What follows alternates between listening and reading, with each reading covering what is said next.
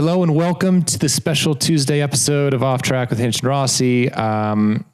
It's your boy Alex again doing all the work for James because, I guess he doesn't care anymore. But yeah, he's not a big media guy. He's not a big talker. Yeah, he's scared of the camera and the microphone. So it's Tim and I again for part 2 with my dear friend Katherine Legge. So this is going to be kind of the story of how she got to where she was 2 weeks ago in Iowa, driving an IndyCar again on a short oval. So I hope you enjoy it, and we'll catch you next week.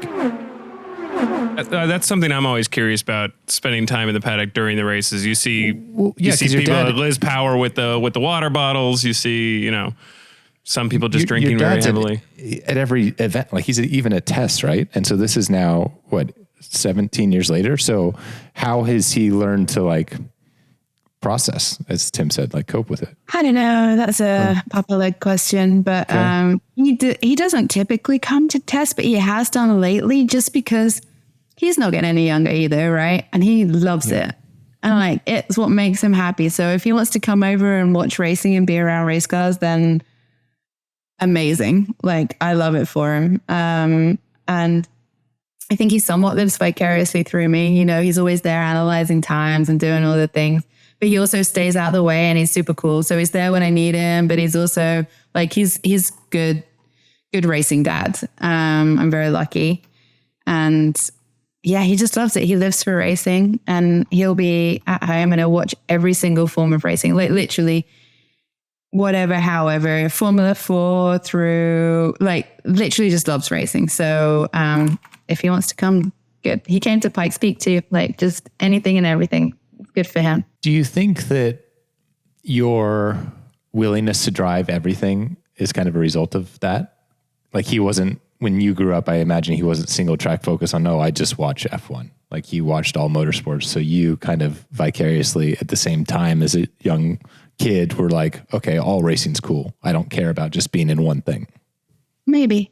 Yeah, maybe. But I also, the more different things you drive, the more you get from them all. I drove the NASCAR and I'm wow, this is so fun, and you have to have fun racing. Otherwise it becomes a job. And I've been there too, where you're not getting the results and you're not enjoying it and you're not in a good environment.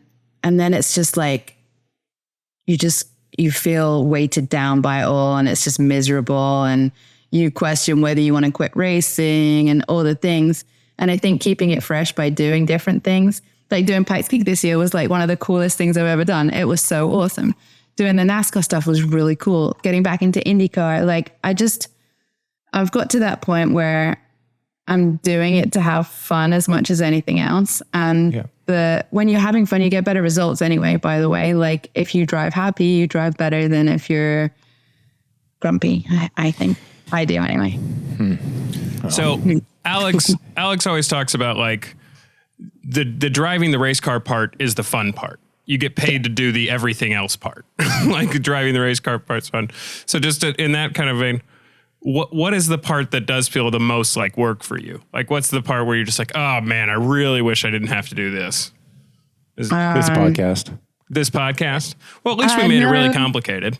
And at least you're not getting paid. It's all right. Neither are we. I'm sending you an invoice. Okay, good.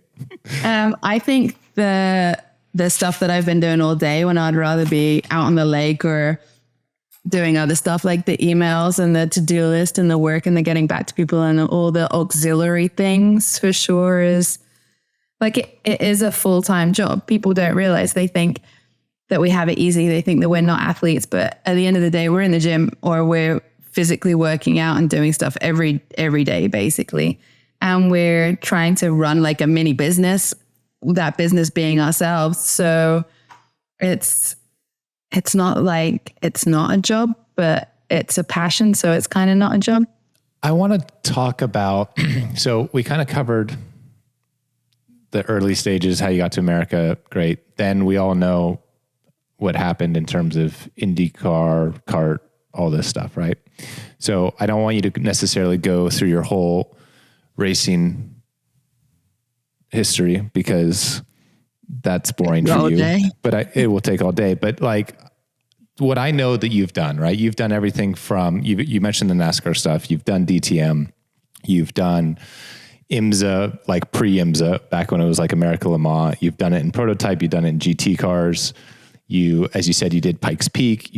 Didn't you do Formula E something for a second? Formula E and Jaguar I-Pace. I don't know what that one is. It's like the NASCAR version of Formula E. Oh, well, I'm even less interested now. And so you did a little bit of IndyCar stuff when it was like Lotus, right? Yeah. But we're not going to count that. So let's just basically say from 2006 to 2023, you've raced literally everything, right? And then 2023, you're back at Indianapolis in the Indy 500 with Ray Hall. Like, how did that all come back to the Speedway? Like, how did you get back there? And was that a plan, or did it just walk us through that? Not really a plan. So I'd been trying to get back to Indy for the few years after 2013 when I did it with Sam. And it just things didn't come together. Like, there's only a very small number of engines that are allocated, right? So you get the full-time people, and then you get maybe one on both sides, Honda and Chevy, that you can kind of buy a ride for, I want to say. So it's really tough to be one of those people when you've got people like, at the moment, you've got Takuma Sato, who's obviously very well linked with Honda. And so I was at Daytona at the beginning of 2023, and I just happened to mention to Honda again, I'm like, really want to do Indy, like I have every other year for the last decade. And they were like, actually, there might be a legit option this year. You need to talk to Bobby. And so I went and sat with Bobby, and he said, we have a sponsor and we need some good publicity for that sponsor. And that was Hendrickson. So yeah, okay, let's do it. And so literally in the space of a weekend, well, actually, he called me, he said, he sent me away and he said, I'll be in touch. And I was like, okay. And I don't get my hopes up anymore, because as you know, you talk to enough people.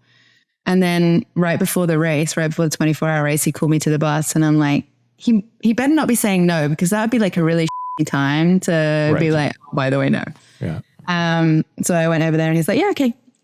Sponsor says, yes, let's do it. So literally in the space of like a week, I had an Indy 500 ride, and I'm very grateful to him for that. Like, I drove for Bobby in that Jaguar I-Pace series. And so it was going to be good until it wasn't good anymore. And then obviously having done it and got the bug and had Elf on board in a small way in 2023, they were like, this is awesome. We love this. And they wanted to do something bigger. And then this year was just like, blew everybody else out of the water in terms of activation. It was the best activation I've ever seen from a partner in IndyCar, bar none. Yeah, yes, it was they really did a cool. fantastic job. Yeah.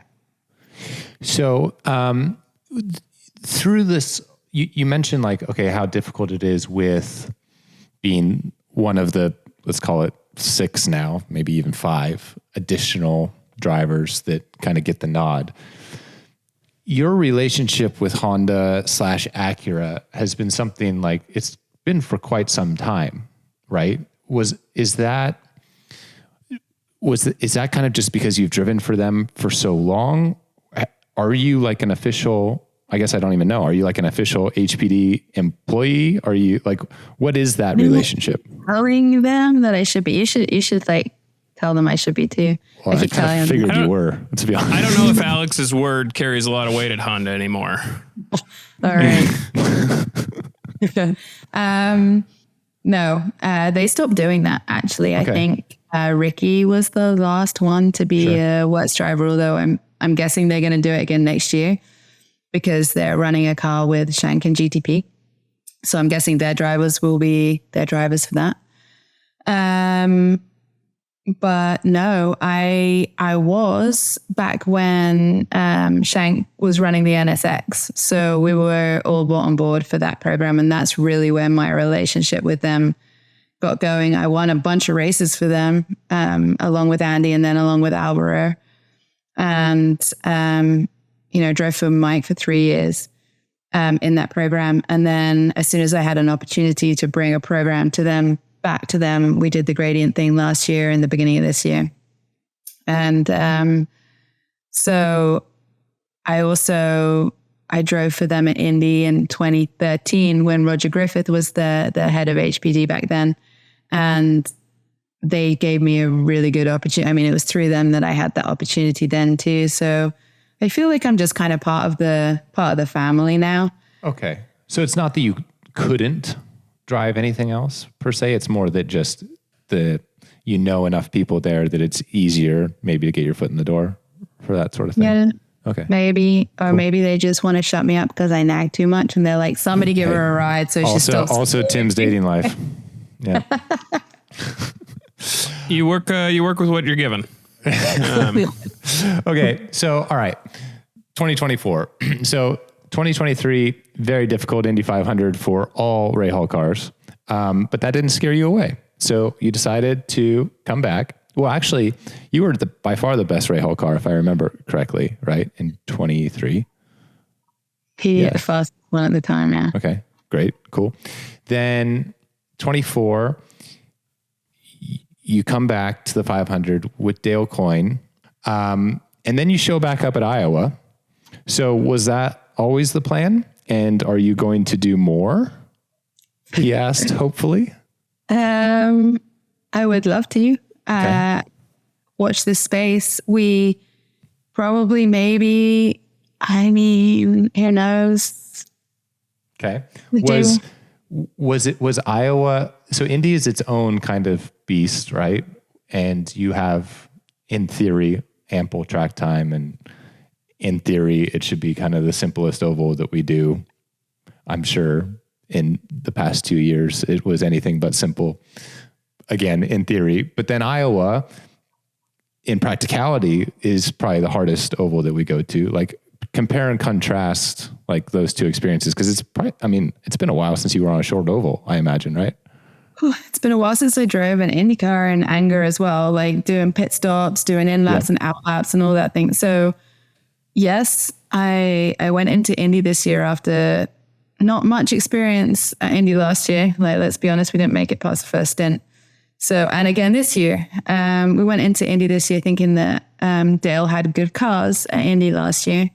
But I guess we didn't this year. It was pretty terrible. Then we went to Milwaukee test. And car wasn't great there either. We come to the Iowa test and the car was great. Like, the car was like legit fast. And I was underestimating or shocked at how physical it was. Like, I've been working out, but to do Iowa was pretty tough. Like, when we went there for the test. And so I was freaking out a little bit, like, okay, Is it the heat, the repave? What was it about it? The heat doesn't bother me. Okay. I drove the NSX and for like the heat very much bothers me. So hot. The heat in the IndyCar doesn't bother me. We didn't even run cool suits or anything. I turn my air conditioner on if it gets above 72 degrees outside. How hard it is on your arms though. Like, I legit went 20 laps into the race and I thought, I can't do this. This is just no way. And then I was like, lap by lap, okay, I'm going to do it. And so then you kind of get a yellow and then you're fighting with somebody or whatever it may be. And you get it done through sheer determination and adrenaline. But it was hot. Like, I don't know how you found it, but I found it pretty hard. So here's the wild thing. It's, for sure, it's hard. But it's also, there's so much to be said for driving a car you're not used to. So, for example, drove the McLaren GT3 car at Daytona this year. That was one of the most physical things I've ever done. I'm not kidding you. Like, it was some of the hardest like stints I've ever done in my life, because you're thinking about everything that you're doing at Daytona. Like, I'm serious. Like, I was so tense and so stressed in every braking zone and every corner, because I didn't understand what I was doing, that will make things physical. So for you, yes, Iowa was hard, but like all of these things you're seeing for the first time or for the first time in a decade, right? And so like, even how you're holding the steering wheel, like just everything that you're doing is raising like the level of intensity to the point where it just becomes very hard. So like, I think some of it is, that was a hard race and a hard track, but also it's just like the unfamiliarity of it. So if you were to do other ovals later this year, like I think it would be a lot easier because you're not as tense, you're not as stressed. Yeah. I think you're right. But at least you can do driver change now, huh? At least you figured out how to open the door.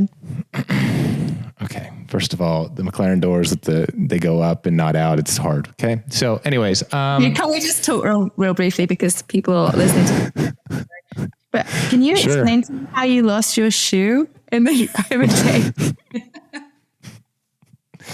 All right. So Daytona, there's like a 3-day practice that leads up to the event. And part of that practice is in the garage. You do driver change practice because you're trying to beat the fueling time. So you got to switch drivers and do seat inserts or, well, not in that case, but anyways, you're changing drivers, right? 14 seconds. Yeah. Cool. And so I'm loving this. Nobody ever gives him enough like this. I feel like this is just James and I doing that. This is nice. Catherine, you've got to come on more often. So there's 4 of us and we were all fairly new to this car. And listen, I was trying to be like the motivated teammate and we were at like 28 seconds.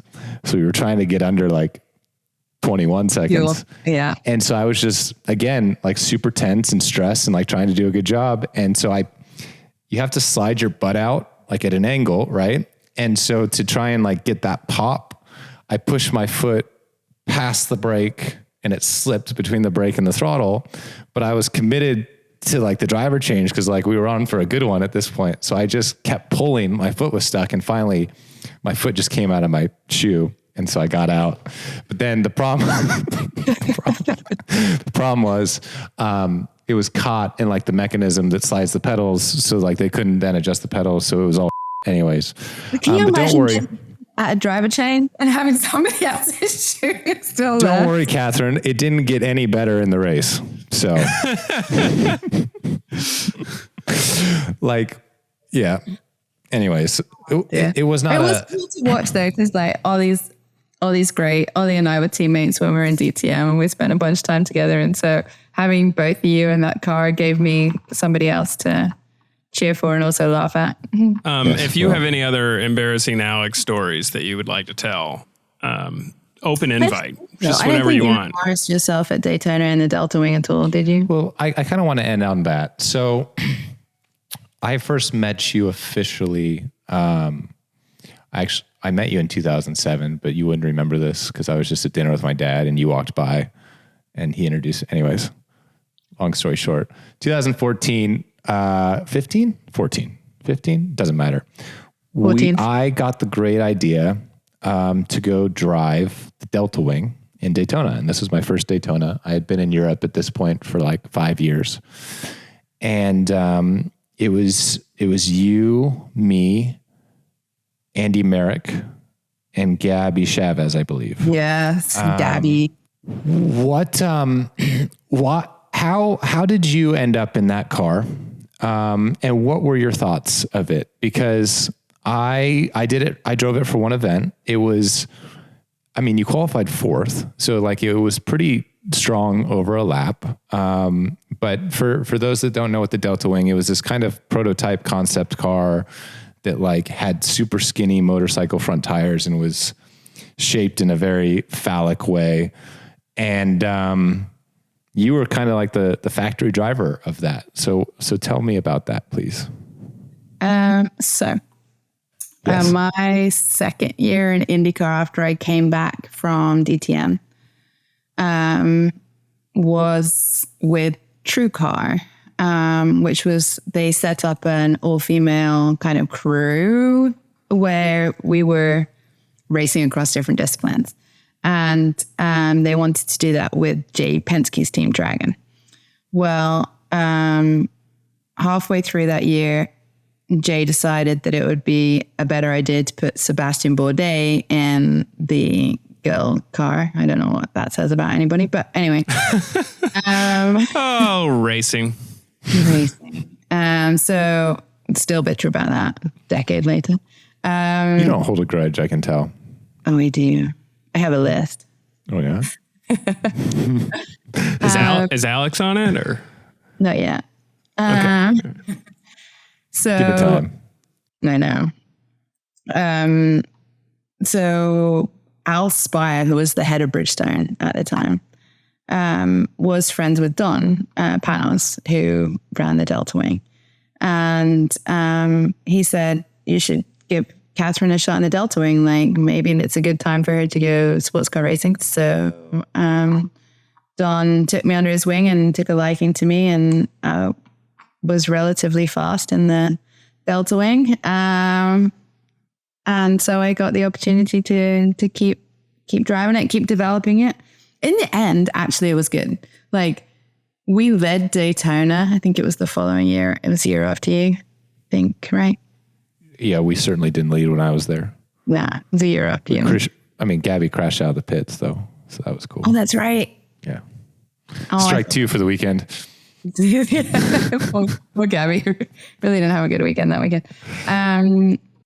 Yeah, we led Daytona for like the first 6 hours until Andy Merrick stuck it in the side of a LMP2 car. I still bitter about that too. No. But it was good. I think it drove more like an open wheel car than it did a prototype or a GT car or anything like that. It was good in the end, but it took a lot of getting there because normally it broke down for the first year that we drove it. Right. Okay. What did you think of driving it? I did not like it at all, but why? Oh, because it didn't do anything well. It didn't stop, turn, or accelerate. So, I mean, those are some of the key characteristics to enjoying driving a race car. Feels like an important thing for any car to do. Yeah. It didn't do any of those very well. So I didn't enjoy it. My Bronco can do those. But listen, I got to meet Katherine and be Katherine Legge's teammate. So that's pretty cool. All right. I know I said that was the last one, but it's not. I would get in big trouble from James if I didn't ask you and talk to you just very briefly about, we talked at the beginning of the episode about women in racing and motorsports and how that's changed significantly over the past couple of years. And, there was the introduction of the W series and now the FIA Academy and all of these things that are, helping young girls find a pathway to the top levels of motorsports, which is an amazing thing. What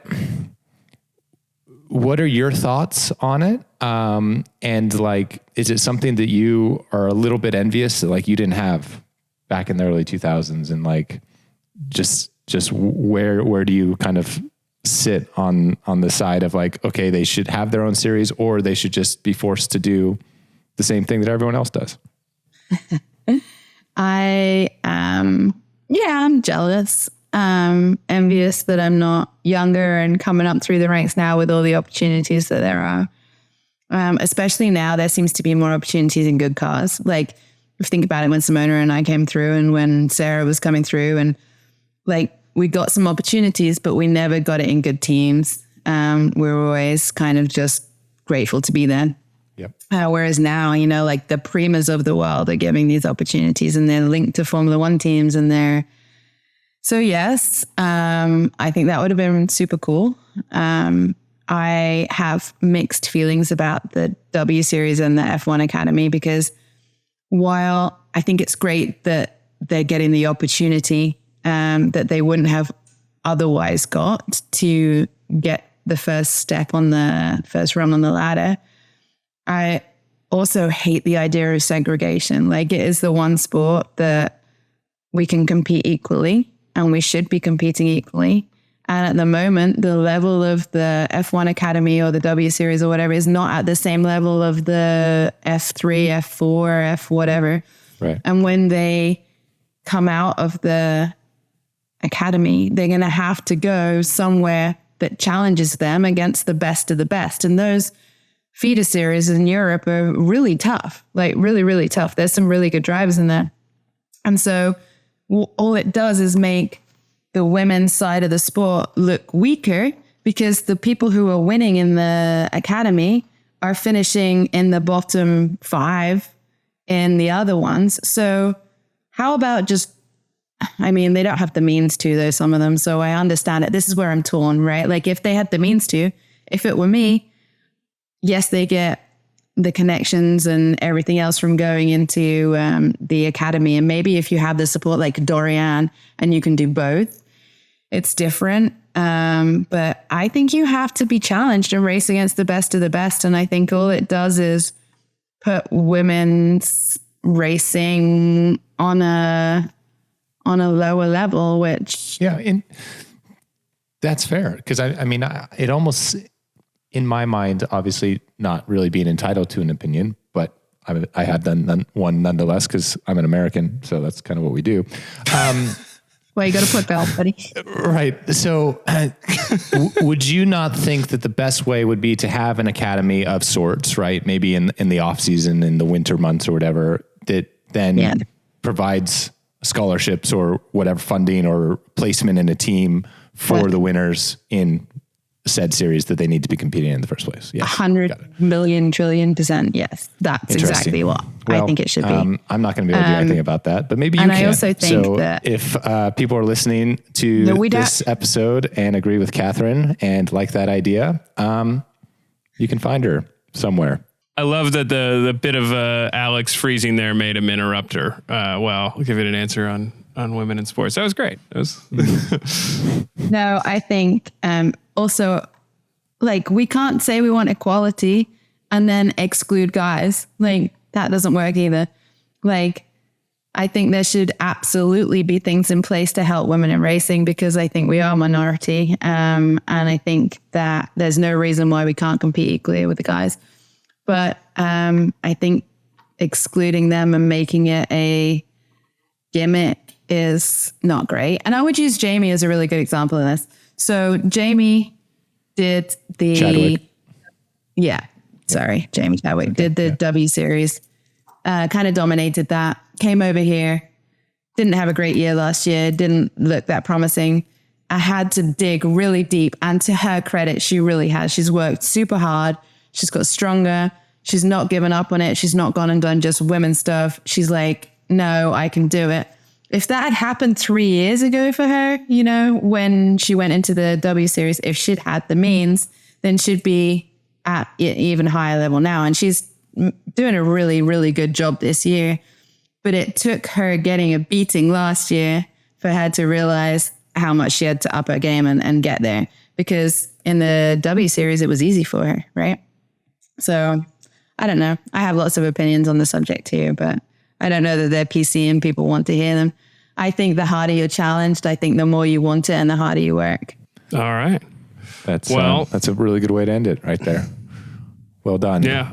Hopefully we see you 5 out stars. here kicking some more people's ass on the racetrack the rest of the season or coming up soon. And always fun to watch.